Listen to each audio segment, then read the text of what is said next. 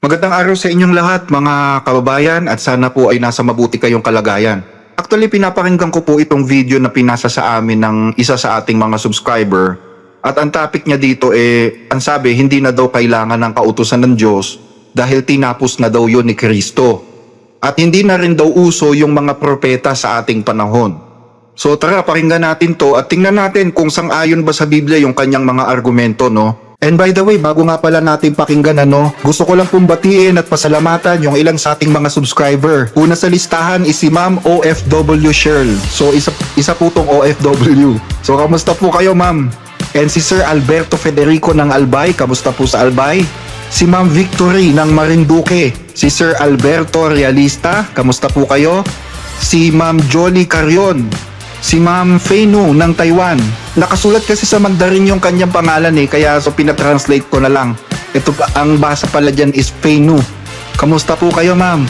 Si Sir Willie Malabonga, pinapa-shoutout po niya ang Agta SDA Church ng Pulilio, Quezon. Kamusta po kayo dyan mga taga Quezon? Sana po ay nasa mabuti kayong kalagayan ngayon. And si Ma'am Leklek TV. Kamusta po, Ma'am Leklek? Si Sir Estelito de los Reyes. Si Ma'am Gunda Santos, shout out daw po kay Ma'am Connie Santos from London, England. Kamusta po sa London? Lagi po kayo mag-iingat dyan. So ayan and sa the rest na hindi ko po nabate, maraming salamat po sa inyong lahat. Tuloy na po tayo sa ating pinag-uusapan.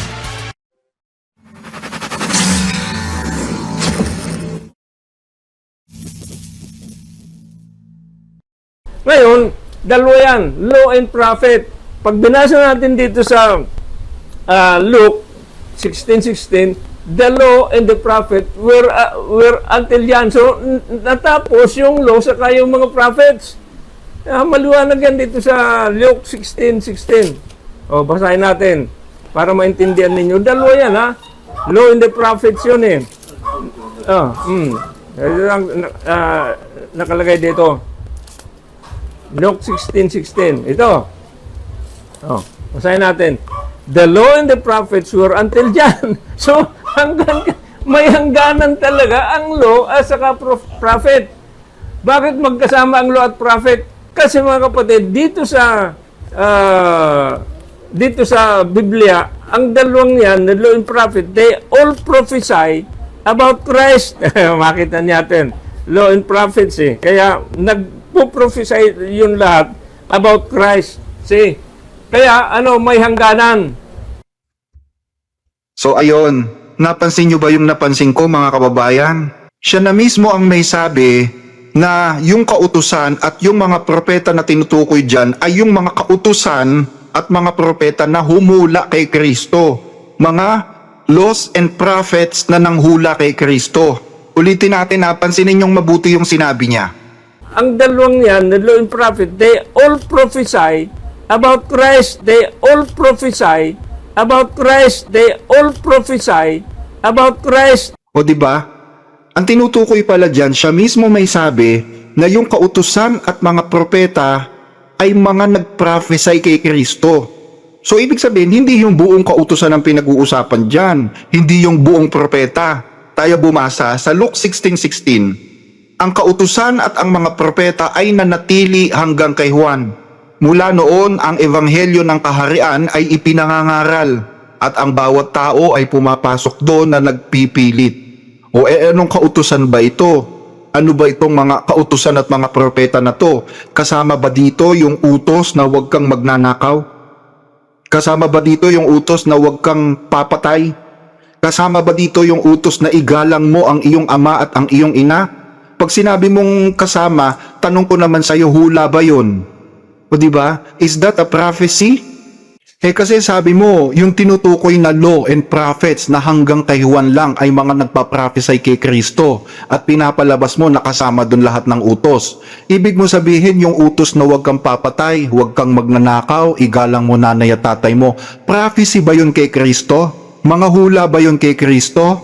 Pag ngay nabasa ka na yung utos na igalang mo ang iyong ama't ina ay prophecy, sige sasama ako sa'yo. At kung prophecy yun tungkol kanino? Kasi kung prophecy yun, lalabas, tapos na yun, di ba? Nagkaroon na ng katuparan. At pag nagkaroon ng katuparan yun, pwedeng hindi mo na siya sundin, di ba? pwede mo nang bastusin yung nanay at tatay mo kasi natupad na yun eh. Tinupad na kanyo ni Kristo, di ba? Pero syempre, alam naman nating lahat na hindi naman hula yun, utos yun. At saka kung sasabihin mong lahat ng mga propeta ay nagtapos kay Kristo, may hula sa lumang tipan, hindi pa nagaganap hanggang ngayon eh. Paano mo sasabihin hula kay Kristo? Eto babasa tayo ng isang hula sa lumang tipan. At tingnan nyo kung ito ba'y naganap na. Pag ito hindi pa naganap, lalabas mali yung tinuturo niya na nagtapos na lahat. Eto, pakinggan ninyo sa Isaiah chapter 65 verse 17. Sapagkat narito, ako'y lumilikha ng mga bagong langit at ng bagong lupa, at ang mga dating bagay ay hindi na maaalaala o mapapasaisip man. O ito ba natupad sa panahon ni Juan? Sige nga. O paano mo ngayon babaliin to? Natupad ba to sa panahon ni Juan? O di hindi lahat nagtapos nung panahon ni Juan, di ba? Tanong, ano ba yung tinutukoy dyan na lahat ng kautusan at propeta na nagtapos kay Juan? Di tanungin natin si Kristo mismo.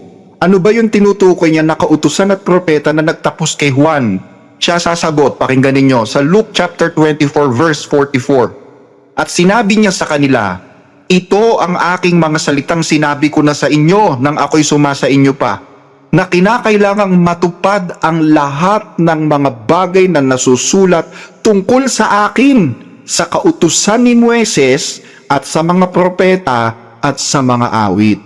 So ayon, ang tinutukoy pala na nagtapos kay Juan ay yung mga kautusan at mga propeta na humuhula kay Kristo. Yung kay Kristo lang ang nagtapos, pastor. Hindi buong kautusan yon. Ikaw na nga nagsabi, di ba? Ang tinutukoy dyan mga kautusan at mga propeta na humula kay Kristo. So kay Kristo lang yon. Hindi ka kasama doon. May hula sa lumang tipan, huhukuman ka eh. Huhukuman ako, huhukuman tayong lahat. Tanong, nahukuman na ba tayo lahat? Hindi pa. O di hindi pa nagtapos lahat ng hula sa lumang tipan. Hindi pa nagtapos lahat ng mga propeta, di ba? Ang tinutukoy ni Lucas doon na kautusan at propeta na hanggang kay Juan yung mga kautusan at mga propeta na humula kay Kristo, yung patungkol lang kay Kristo, pastor. Kasi ang naituro sa atin noon, si Kristo raw ay bumaba para ituro sa atin kung paanong sundin ang 10 utos. Hindi yan ang sinasabi ng Biblia. Ang sinasabi ng Biblia, si Kristo ay naparito upang iligtas ang mga nawawaglit, At ang nawaglit ay ano? Lahat na sanglibutan, John 3:16. O eto pa, no? Hindi daw sinasabi sa Biblia na si Kristo ay bumaba para ituro ang 10 utos. Wala daw nun. Tanong ko sa iyo, pastor, saan mo nabasa na hindi siya bumaba para magturo ng kautusan? Sige nga, anong talata sa Biblia may nagsasabi na si Kristo hindi bumaba para magturo ng kautusan? Pag may nabasa kang talata na hindi bumaba si Kristo para magturo ng kautusan, sasama ako sa iyo. Kasi kaya nga siya guro eh. 'Di ba? Kaya nga siya guro. Ano ba silbi ng guro? 'Di ba ang guro nagtuturo?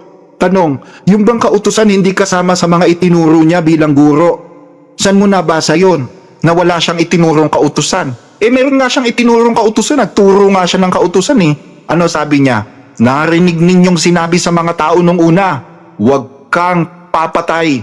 Datapwat sinasabi ko sa inyo. O di nagtuturo, di ba? Narinig niyo sinabi sa mga tao sa una, huwag kang papatay. Pero sinasabi ko sa inyo, ang sino mang mapuot sa kanyang kapatid, magsabi, ulul ka, mapapasapanganib sa impyerno ng apoy. O di nagtuturo siya ng kautusan. Diba? Ano pa? Narinig ninyong sinabi, huwag kang mangangalon niya. Datapwat sinasabi ko sa inyo na ang bawat tumingin sa isang babaeng taglay ang mahalay na hangad ay nagkakasalanan ng pangangalon niya sa kanyang puso. O hindi nagtuturo si Kristo ng kautusan. Diba? Ibigin mo ang Panginoon mong Diyos ng buong puso mo. Ibigin mo ang iyong kapwa na gaya ng iyong sarili. Sa dalawang ito, nakasalalay ang buong kautusan at mga propeta. O diba? Nagtuturo talaga siya eh. Tanong, ba't kailangan niyang magturo? Ba't kailangan niyang ituro ang kautusan? Pakinggan niyo, sa awit 119:96, aking nakita ang wakas ng buong kasakdalan. Ngunit ang utos mo'y totoong malawak. Ayon, kaya pala kailangang ituro eh. Malawak pala kasi yon. Ang alam lang ng mga Hudyo, makitid lang. Kaya nga sila naging legalista eh. Kasi makitid lang yung alam nila sa utos eh. Pero malawak yon, sabi sa Biblia. May mga considerations pa kasi yon. May mga spiritual applications pa yon. May malalim na purpose. Kaya malawak. Wala sa mga Hudyo, sa mga Eskriba at mga Pariseo na kayang magturo ng ganong kalawak tungkol sa mga utos. So dumating si Kristo, nagturo tungkol sa utos. Diba? Kaya nagkaroon tayo ng malalim na kaalaman tungkol dun sa utos ngayon. Tapos sasabihin mo, hindi bumaba si Kristo para magturo ng utos. Mali ka dyan, kapatid. Pero ang tanong, naparito lang ba siya para magturo ng utos? Yes, naparito siya para mag-utos, pero hindi lang yun.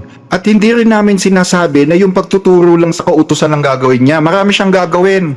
Ito, pakinggan nyo ha, sa Luke chapter 4 verse 18. Sumasa akin ang Espiritu ng Panginoon sapagkat ako'y pinahiran niya upang ipangaral ang mabubuting balita sa mga dukha.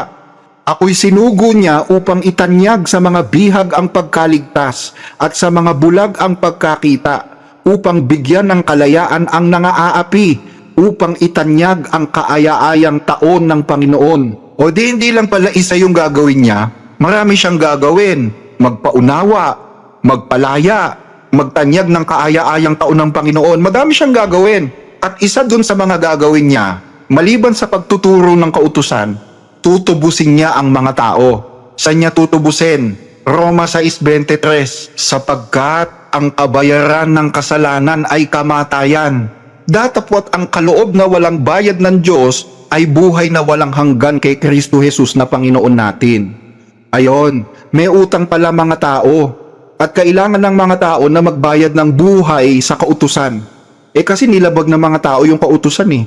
Sabi ni Pedro o sabi ni Pablo, ang kabayaran ng kasalanan ay kamatayan at ang kasalanan ay paglabag sa kautusan.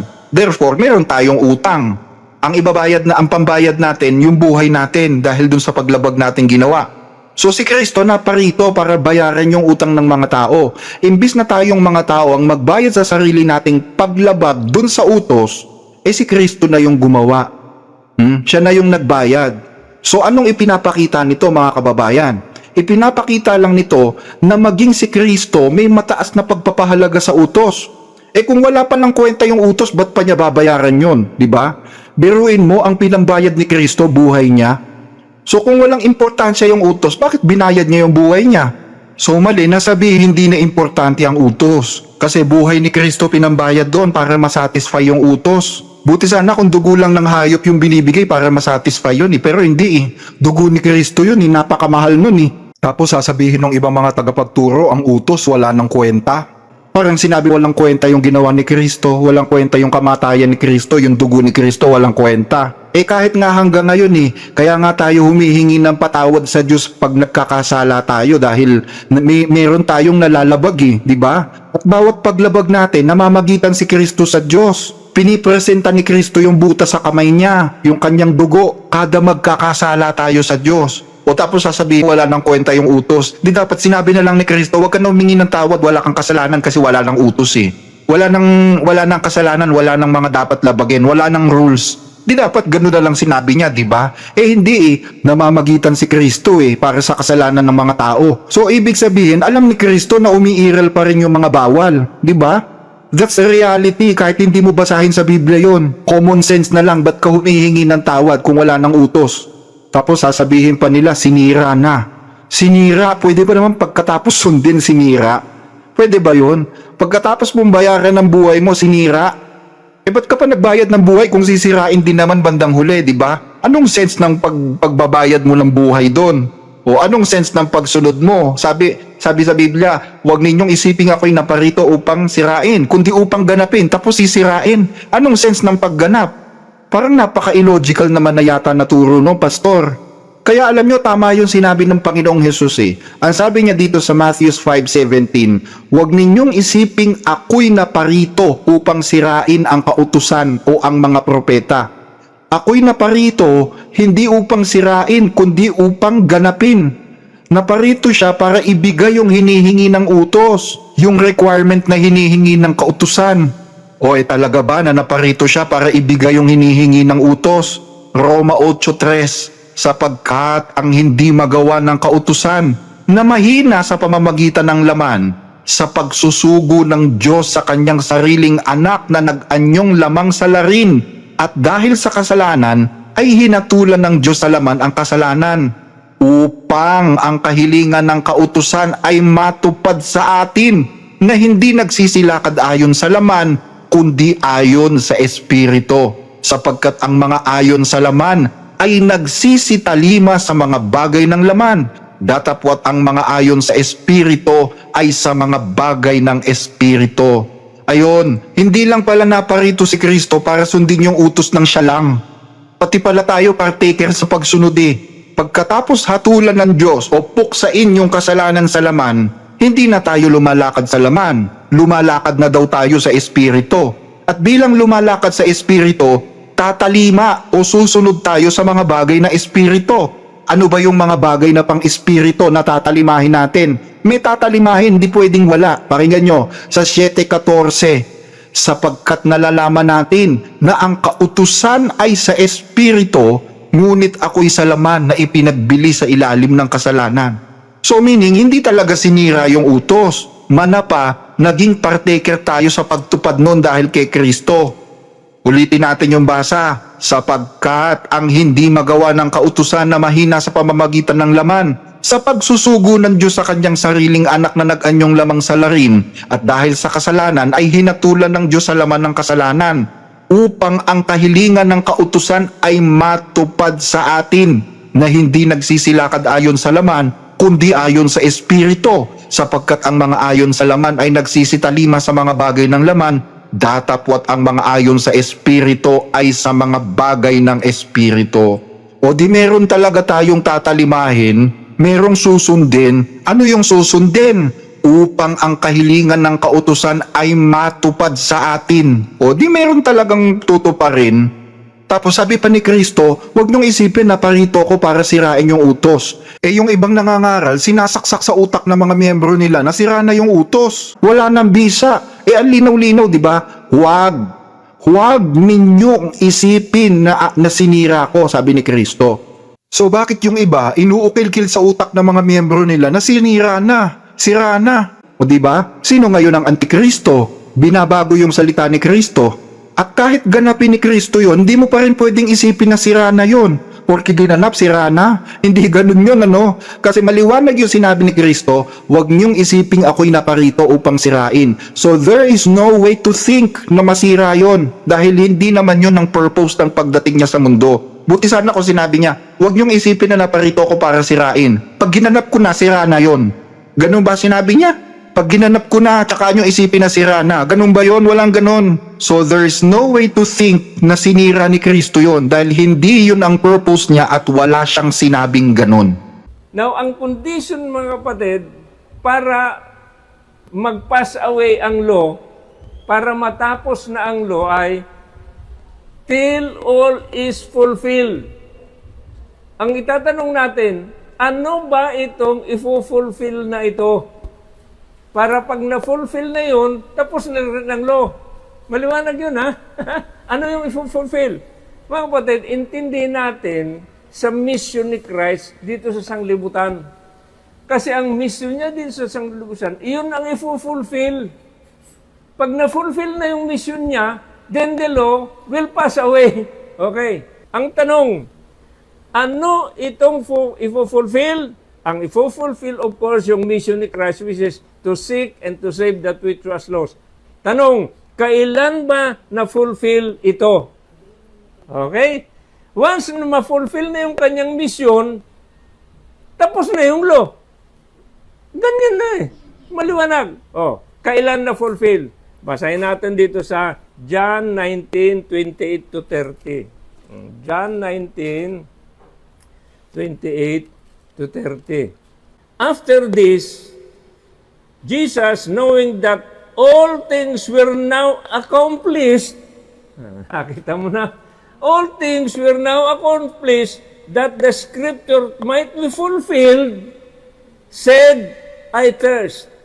Now a vessel full of sour wine was sitting there, and they filled a sponge with sour wine and put it on hyssop and put it in his mouth. So when Jesus had received the sour wine, he said, it is finished. And bowing his head, he gave up His ghost. So yung kanyang kamatayan sa cross, mga kapatid, iyon ang fulfillment ng kanyang mission na iligtas ang mga makasalanan. So this is the fulfillment, ang sabi rito sa 18, till all is fulfilled. Now, ang sabi dito sa John chapter 18 verses 28 to 30, all things were fulfilled when Christ died on the cross. Nakita niyo na. So, yung condition para lumipas na ang kautusan, na-fulfill. At ito ay na-fulfill nung mamatay siya sa cross. Eto, pansinin nyo to mga kababayan, ano? Ikinabit niya yung Matthew chapter 5:18 dun sa John 19:28 to 30. Ano ba yung nandun sa 5:18? Ulitin natin yung basa, ha? Matthew 5:18, sapagkat katotohanan ang sinasabi ko sa inyo, hanggang sa mga wala ang langit at ang lupa, ang isang tuldok o isang kudlit, sa anumang paraan ay hindi mawawala sa kautusan hanggang sa maganap ang lahat ng mga bagay. So meron daw binabanggit dyan na hangganan, hanggang sa maganap ang lahat ng mga bagay. So yun lang daw ang duration ng kautusan. Pag naganap na lahat ng mga bagay, tapos na rin yung kautusan. So iyang Matthew 5:18, ikinabit niya ngayon doon sa John 19:28 hanggang 30. Tayo bumasa, ano nakasulat doon?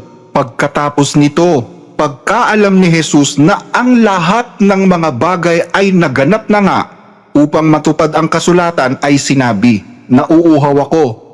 Nang matanggap nga ni Jesus ang suka ay sinabi niya, naganap na, at iniyukayok ang kanyang ulo at nalagot ang kanyang hininga. Konektado ba to? Konektado ba to doon sa Matthew chapter 5 verse 18? Hindi konektado to doon, magkaiba to. Ang layo nito doon, papakita ko sa inyo ha, magkaiba yan eh. Iba ang tinutukoy sa Matthew 5:18 at saka sa John 19:28. Eto, pakinggan nyo ha, basahin ko ulit yung 5:18. Sapagkat katotohanan ang sinasabi ko sa inyo, hanggang sa mawala ang langit at ang lupa, ang isang tuldok o isang kudlit, sa anumang paraan ay hindi mawawala sa kautusan. Tanong, nawala na ba yung langit at lupa sa John 19:30? O ba't hindi nila sinagot ito? Diba? Ba't iniwasan nila yung clause na yon? Na hanggang sa mawala ang langit at lupa, ba't iniwasan nila yon? Ang kinuha lang nila yung nandun sa may bandang huli hanggang sa maganap ang lahat ng mga bagay.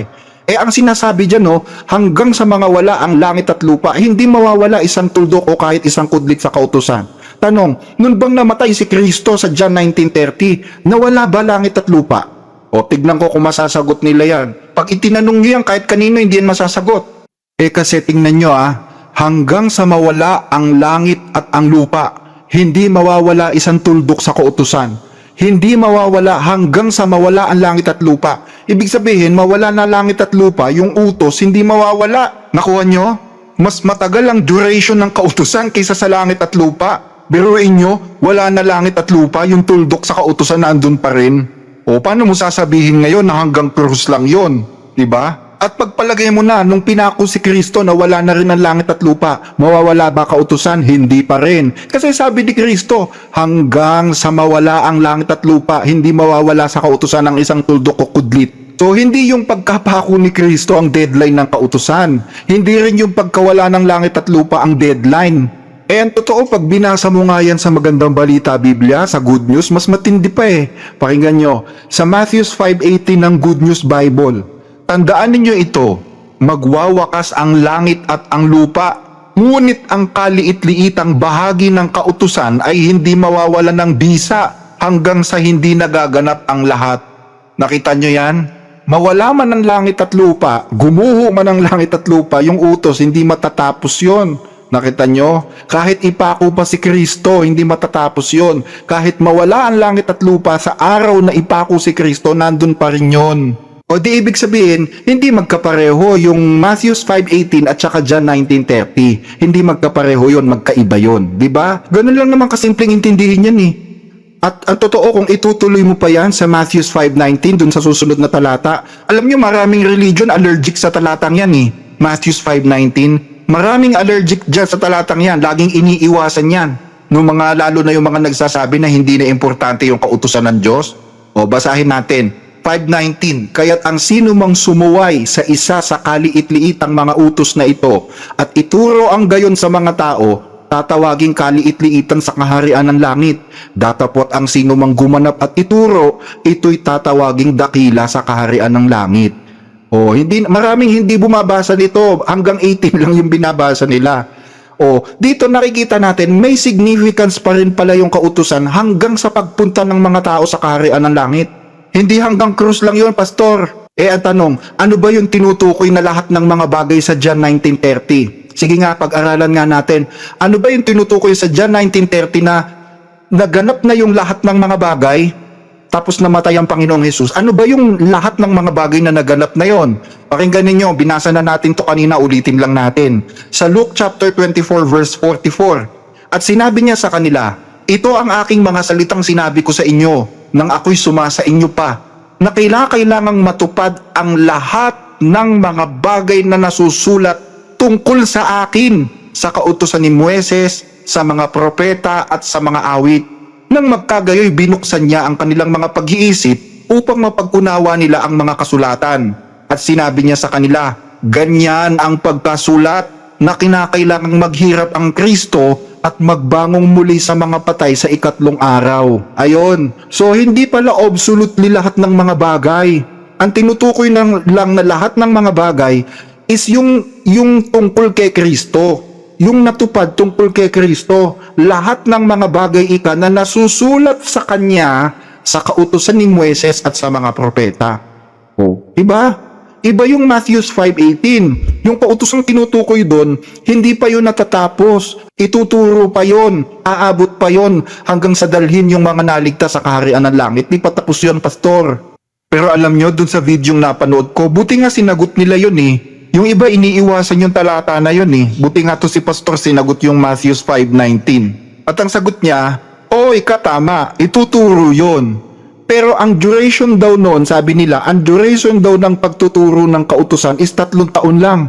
Pagkatapos ng 3 taon, wala na rin daw bisa yung Matthew 5:19. So, ibig sabihin, hindi na kailangang ituro pagkatapos ng 3 taon pag namatay si Kristo. O pakinggan ninyo yung paliwanag nila sa 5:19.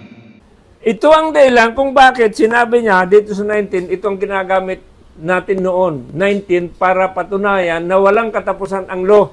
Sabi dito, whoever therefore breaks one of the least of these commandments and teaches men so shall be called least in the kingdom of heaven. But whosoever does and teaches them shall be called great in the kingdom of heaven.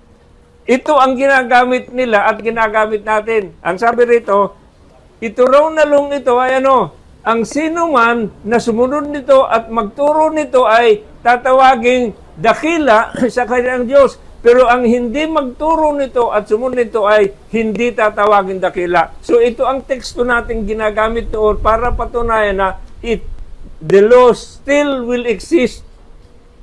Mga kapatid, nung sabihin ito ni Christ, the law was still in operation because hindi pa na-fulfill yung condition. Future yung fulfillment ng condition. Kaya, nung panahon ni Christ, pag lumabag ka sa 10 utos, patay ka pa rin. Bakit? Ay, hindi pa na-fulfill yung condition. Diba? So, palawakin natin ang isip natin Itong sinasabing ito ni Christ, hindi pa na-fulfill yung condition sapagkat it was fulfilled sa culmination ng kanyang 3 years ng public ministry. O yun ang sagot nila, pero mali pa rin yun. Bakit?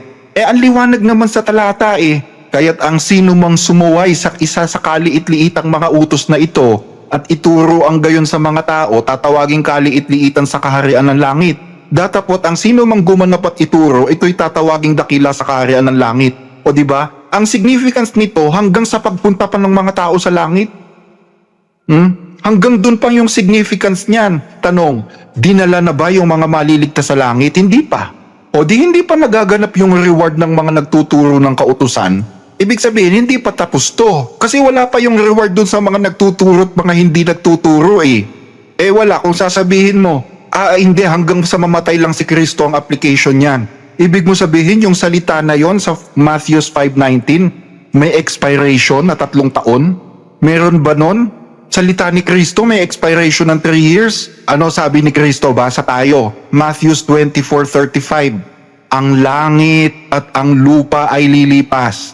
Datapwat ang aking mga salita ay hindi lilipas.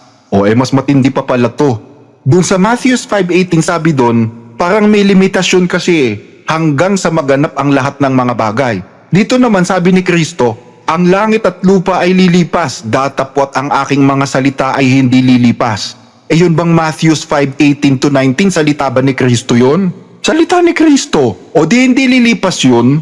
Diba? Unlimited yun. Kasi salita ni Kristo yun eh. Hindi yun pang 3 taon lang. At saka tatandaan mo, yung kautusan na sinasabi dun sa Matthew 5:19, naka-hook up yun sa 5:18. Magkakonekta yun. Yung kautusan sa Matthew 5:19 na ituturo at bibigyan ng reward yung mga magtuturo, yun din yung kautusan dun sa 5:18 na hindi lilipas hanggang sa mawala ang langit at lupa. So, hindi lang hanggang 3 taon yun.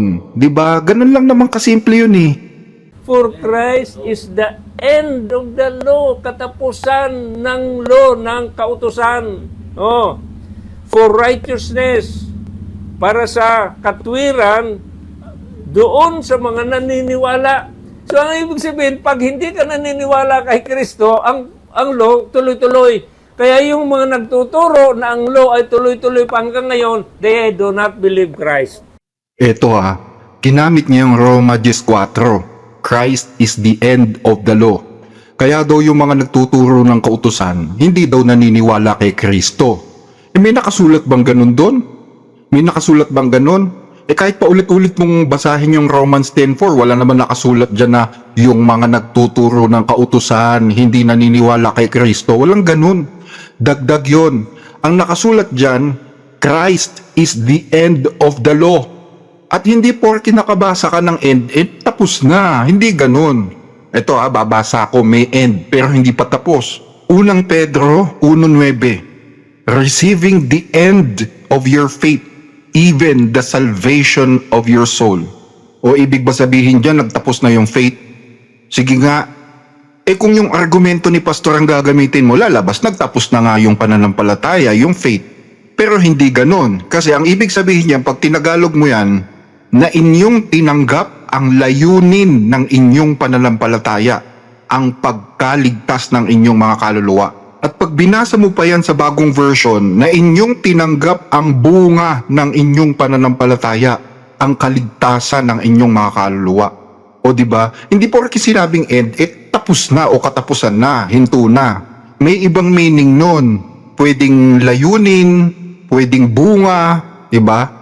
Yung kaligtasan ang bunga o layunin ng inyong pananampalataya. Kaya nga dito sa Romans 10:4, pag binasa mo sa Tagalog yan, ang nakasulat, sapagkat si Kristo ang kinauuwian ng kautusan upang maging matuwid ang bawat sumasampalataya. Ibig sabihin, yung pagsunod sa utos, ang kinauuwian nun si Kristo. Dadalhin ka ng kautusan kay Kristo. Pag binasa mo pa yan sa ibang version ng Biblia, sambawa sa Marduk, for Messiah is the aim of the law, for righteousness unto everyone that believeth in Him. Sa salita ng buhay, si Kristo nga ang layunin ng batas tungo sa pagpapaging matuwid sa lahat ng sumasampalataya. So ibig sabihin, ang layunin mo ng pagsunod sa utos ay parang maging matuwid ka kay Kristo. Tanong, sino-sino yung sumusunod sa utos para maging matuwid kay Kristo? Basahin natin ulit. Romans 10:4, sapagkat si Kristo ang kinauuwian ng kautusan sa ikatutuwid ng bawat sumasampalataya. Sino daw yung mga nauuwi kay Kristo sa pagsunod sa utos? Yung mga sumasampalataya. Hindi, ibig sabihin, yung mga sumasampalataya, sumusunod pala sa utos yun. Ang liwanag si Kristo ang kinauuwian ng kautusan sa ikatutuwid ng bawat sumasampalataya. Yung mga sumasampalataya, dinadala ng kautusan yun kay Kristo. So mali yung sinasabi na yung mga sumusunod sa utos hindi sumasampalataya kay Kristo, mali yun. Meron naman sumusunod sa utos pero hindi talaga sumasampalataya, katulad ng mga Hudyo. Kaya dapat dalawa may pagsunod ka sa utos, may pananampalataya. Pero dapat mauuna yung pananampalataya. Ganun yan. So tuloy pa natin si Pastor. But before faith came, we were kept under guard by the law, kept for the faith which would afterward be revealed.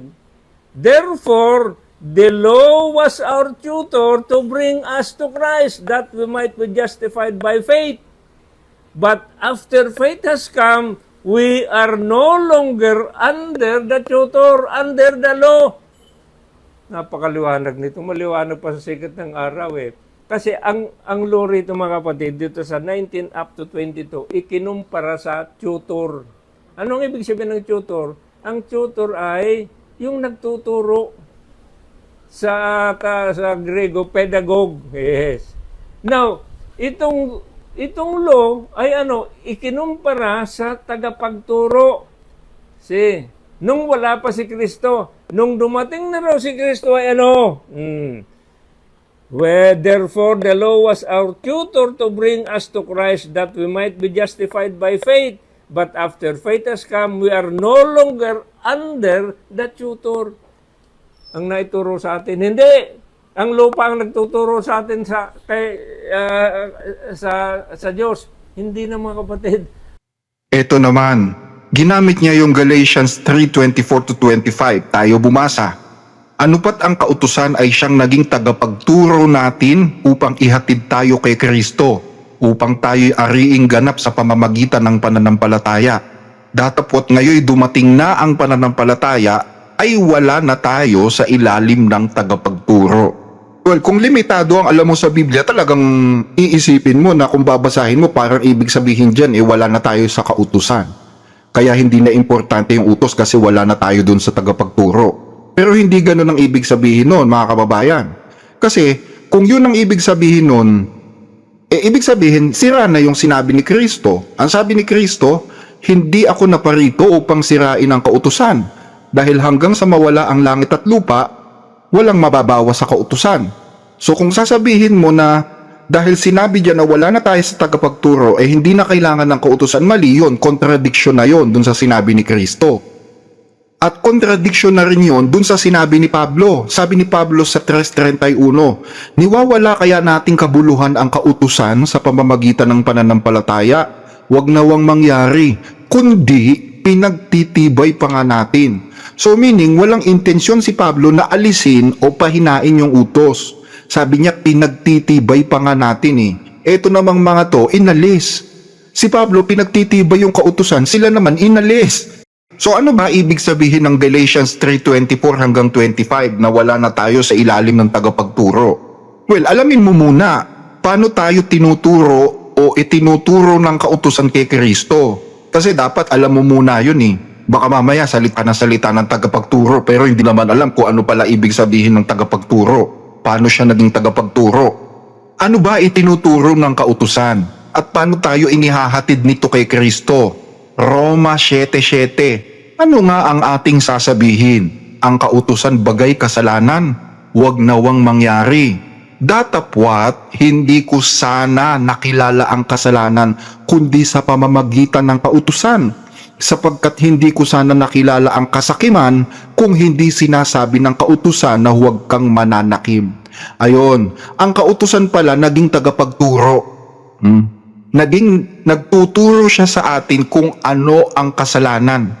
Nalalaman natin kung ano yung kasalanan, yung tama at mali dahil sa kautusan. Hindi natin malalaman na kasalanan ng pagiging sakim kung hindi sinabi ng kautusan na huwag kang mananakim.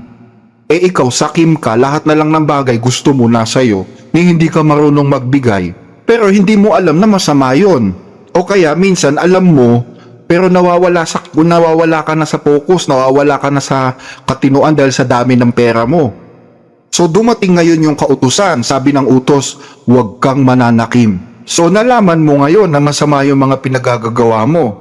At dahil masama yung ginagawa mo, malabo kang maligtas ngayon, kapatid, kasi sakim ka Hindi maliligtas ang taong sakim, tandaan nyo yan. So anong gagawin mo nung malaman mo na masama pala yung pananakim na ginagawa mo? Hahanap ka ngayon ng way para maligtas ka. Saan ka pupunta? Pupunta ka ba sa kautusan? Hindi. Pupunta ka ngayon kay Kristo. Sasabihin mo kay Kristo, Panginoon, patawarin mo po ako kasi naging sakim ako. Hindi ko alam na kasakiman na pala yung ginagawa ko. Ang gagawin ni Kristo, patatawarin ka. Bibigyan ka ng buhay para makapagbago ka. Para hindi ka na ulit maging sakim. So in that sense, nadadala ng kautusan kay Kristo yung mga taong sakim. Tama? Dahil hindi ka nasakim, pinatawad ka na ni Kristo para makapagbagong buhay. So wala ka na ngayon dun sa tagapagturo. Aanin mo pa yung tagapagturo, alam mo na masama yung maging sakim. Di ba? Hindi mo na kailangan ng tagapagturo kasi naturuan ka eh. Hindi ka na ngayon mananakim, na kay Kristo ka na kasi lumalakad ka na kasama niya. Ngayon, pag naging sakim ka na naman, pag nawala ka na naman sa sarili mo, sasabihin ulit sa'yo ng utos. Di ba nga sinabihan na kita masamang manakim? So babalik ka na naman kay Kristo, hihingi ka na naman ng tawad. Ganun lang yung cycle. Pero syempre, pag paulit-ulit mo nang ginagawa, ibang usapan na yun. Pero dito, nakikita ninyo kung paano dinadala ng kautusan yung mga tao kay Kristo. Kung sumusunod ka na kay Kristo, hindi mo na kailangan ng tagapagturo, di ba? Kaya nga tama yung sinasabi ni Haring David eh. Ang sabi ni David sa kanyang awit, ang kautusan ang nagko-convert sa atin. Pakinggan ninyo. Sa Psalms 19 verse 7, the law of the Lord is perfect, converting the soul. The testimony of the Lord is sure, making wise the simple. See, yan ang nagko-convert sa atin o nagdadala sa atin sa Diyos. Now, balikan natin yung binasa natin kanina. The law is not of faith. Nasusundan niyo yan? The law is not of faith. Meaning, kung sinusunod mo ang kautusan, because the law, ang kautusan ay hindi sa pananampalataya, nagkakasala ka. Matindi ito. Kung sinusunod mo daw ang law ay hindi sa pananampalataya. At anuman na hindi sa pananampalataya ay kasalanan. Ang pagsunod pala ng Sabat, sapagkat ito ay utos ng kautusan, hindi yan sa pananampalataya. Kaya yan ay kasalanan. Kaya Napansin nyo yun mga kababayan? Napansin nyo ba yung napansin ko? Nung sabihin niya na ang pagsunod daw sa kautusan ay kasalanan, bigla siyang bumuelta sa Sabat. kung sinusunod mo daw ang law ay hindi sa pananampalataya. At anuman na hindi sa pananampalataya ay kasalanan. Ang pagsunod pala ng Sabat, Bakit Sabat ang ginamit niyang sample? Bakit hindi siya gumamit ng ibang sample o ibang utos, di ba? Sabat agad yung pinuntirya niya eh. Kaya pag nagsasabat ka, kasalanan yun. Alam niyo kung bakit niya ginawa yun? Kasi maiipit siya kapag ibang kautusan yung ginamit niyang sample. Tayo gagamit ng iba. Sabi niya, ang kautusan ay hindi sa pananampalataya. Binasa niya. At anumang hindi sa pananampalataya ay kasalanan. Kaya ang konklusyon niya, kapag sumunod ka sa kautusan, nagkakasala ka kasi hindi yan sa pananampalataya. Kaya bumuelta siya sa Sabat. O tayo ngayon ang gumamit ng ibang sample. Pastor, ibig mo ba sabihin kapag hindi ako pumapatay, nagkakasala ako? Sige nga. Sabi mo kasi pag sumusunod sa utos, nagkakasala. Kasi hindi sa pananampalataya ang utos. So pag hindi ba ako pumatay, pastor, nagkakasala ako? Pag hindi ba ako nagnakaw, nagkakasala ako? Kasi ang ginamit mong sample, Sabat o gagamit ako ng ibang utos. Kapag ba dinalang ko yung nanay at tatay ko, nagkakasala ba ako? Kaya yung Sabat ang ginamit niyang sample kasi maiipit siya pag ibang utos yung ginamit niyang sample. Ibig sabihin, mahina ang argumento ni pastor dito. Kung kaharap ko lang si pastor, tatanungin ko siya, pastor, ibig mo sabihin pag nagkasala ako o pag hindi ako nagnakaw, nagkakasala ako? O ano kaya sagot niya, no? Ano bang ibig sabihin kasi ng the law is not of faith? Ano ba ibig sabihin nun? Ibig ba sabihin nun, kasalanan ang sumunod sa utos? Yun ba meaning nun? Sabi nga ni Pablo, di ba, sasabihin ba natin na ang kautusan ay kasalanan? Huwag nawang mangyari. Kaya mali yung sinabi ni Pastor kanina na kasalanan yung pagsunod sa utos. Sasabihin ba natin na ang kautusan ay kasalanan? Huwag nawang mangyari. Kahit kailan walang itinuro si Apostol Pablo na yung pagsunod sa utos ay kasalanan. Konklusyon yun ng mga taong ayaw sumunod sa utos. Pinaliwanag ko sa inyo kanina kung anong ginagawa ng kautusan sa tao, di ba? Ang kautusan ang nagtuturo kung ano ang kasalanan. Hindi siya yung kasalanan. Siya yung nagtuturo o nagde-define kung anong meaning ng kasalanan. Hindi ka maliligtas sa utos kasi ang utos naniningil ng buhay yan. Pero kung gusto mo ng buhay, kanino ka lalapit? Kay Kristo ka ngayon lalapit sa pamamagitan ng pananampalataya. Kasi pag kay Kristo ka lumapit, imbis na singiling ka, i-justify ka dahil sa pananampalataya mo. So yun ang ibig sabihin ng the law is not of faith. Yung ginagawa ng pananampalataya, hindi yun ginagawa ng kautusan. Nakuha nyo? Kaya nga sabi ni Pablo, Galatians 3:11 to 12, ngayon ay maliwanag na sa harap ng Diyos, walang taong inaaring ganap sa pamamagitan ng kautusan, sapagkat ang ganap ay mabubuhay sa pananampalataya. At ang kautusan ay hindi sa pananampalataya, kundi ang gumagawa ng mga iyon ay mabubuhay sa mga iyon. Sunod ka ng sunod sa utos, so tama yung ginagawa mo. Pero ang tanong, pag nakalabag ka ba dyan, may way para iligtas ka ng kautusan? Wala, sisingiling ka niyan. Tama na sumunod ka sa utos, pero walang option ang kautusan para ikaw ay patawarin sa paglabag mo. Ang tanging option na meron yan, magbayad ka ng buhay. So tatakbo ka ngayon dun sa makakapagbigay ng buhay, yun si Kristo. So dito nakikita natin na ang pananampalataya ay hiwalay sa kautusan, magkahiwalay sila. Meron silang kani-kanyang trabaho, meron silang mga teritoryo. Yun yung ibig sabihin ng the law is not of faith. Nakuha nyo? So I think hanggang dito na lang yung ating review dito sa video ni Pastor. Wala naman akong any against kay Pastor. Ito'y kumbaga pinakiusap lang ng isang kapatid para syempre 'di ba kasi mahirap naman kung hindi madidinig yung ating side. Kumbaga may maiiwang tanong sa isip niya, ano ba ibig sabihin nun? Tama ba yun? So kaya tayo nagbigay ng komento dito. Pero aside from that, wala naman tayong any against kay Pastor. So maraming salamat sa inyong pakikinig at magandang araw, pagpalain po kayo ng Diyos. Kung nagugustuhan ninyo ang mga discussion na ito, paki-like at mag-subscribe po sa ating channel at i-click ang notification bell para lagi kayong updated. Malaking tulong po ito hindi lamang sa ating channel kundi pati sa ating mga kababayang nangangailangan na aming sinusuportahan. I-follow din po kami sa Facebook, The Blessed Reader. Para sa inyong mga tanong, concerns o suggestions, mag-message lamang po kayo. Maraming salamat!